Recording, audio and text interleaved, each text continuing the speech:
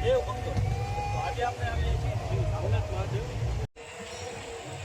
આજે પણ એમ કહેવાય છે કે શ્રાવણ મહિનાના ચોથા સોમવારે બીજી વાત એ પણ જાણવા મળી છે કે જ્યારે પ્લેગ નામનો રોગ રાજકોટમાં આવ્યો હતો, આવી જ એક બીજી સત્યની ઘટના પર આધારિત વાત સાથે આપણે મુલાકાત લઈએ છીએ. મહાદેવ ભક્તો, તો આજે આપણે આવીએ છીએ શ્રી રામનાથ મહાદેવ. આપ જાણો છો કે રામનાથ મહાદેવને સ્વયંભૂ શ્રી રામનાથ મહાદેવ કેમ કહેવામાં આવે છે? નહીં તો તેના પર આધારિત એક સત્ય ઘટના પરની એક વાત કહું છું. આજથી 550 વર્ષ પહેલાંની વાત છે, જ્યારે સૌરાષ્ટ્રની ખંડણી ઉઘરાવવામાં આવી હતી. ત્યારે ગાયકવાડ સરકારના શ્રી મરાઠા સરદાર રાવ રાજકોટ પ્રવાસે આવેલા હતા.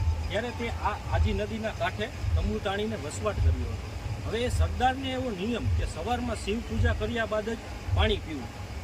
અમુક કારણોસર 7 દિવસ સુધી સરદારને તરસ્યું રહેવું પડ્યું હતું, નજીકમાં કોઈ શિવ મંદિર ન હોવાના લીધે. ત્યારે 8મા દિવસની રાત્રે મહાદેવ સ્વયં સરદારના સ્વપ્નમાં આવીને જણાવ્યું કે હું અહીં તારી નજીક છું, તું ખોદાણ કર. ત્યારબાદ સરદાર દ્વારા 8મા દિવસની સવારે અહીં ખોદાણ કરવામાં આવ્યું અને મહાદેવની સ્વયંભૂ લિંગ મળી આવી. એ દિવસથી આજ સુધી આ જગ્યાનું નામ સ્વયંભૂ શ્રી રામનાથ મહાદેવ તરીકે જગવિખ્યાત છે.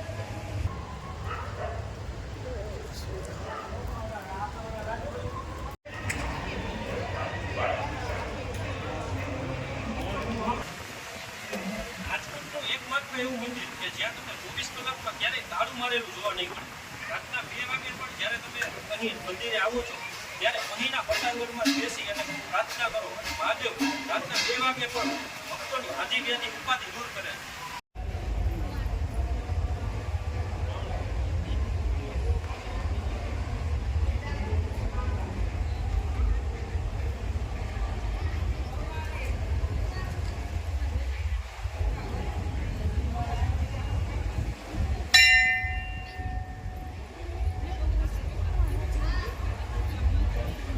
સોમનાથ મલ્લિકાર્જુન કેદારનાથ ઓમકારેશ્વર નાગેશ્વર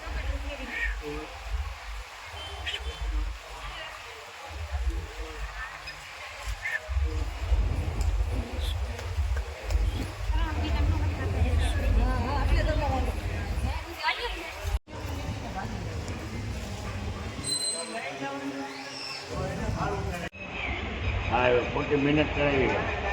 હા હા, તો ભલે.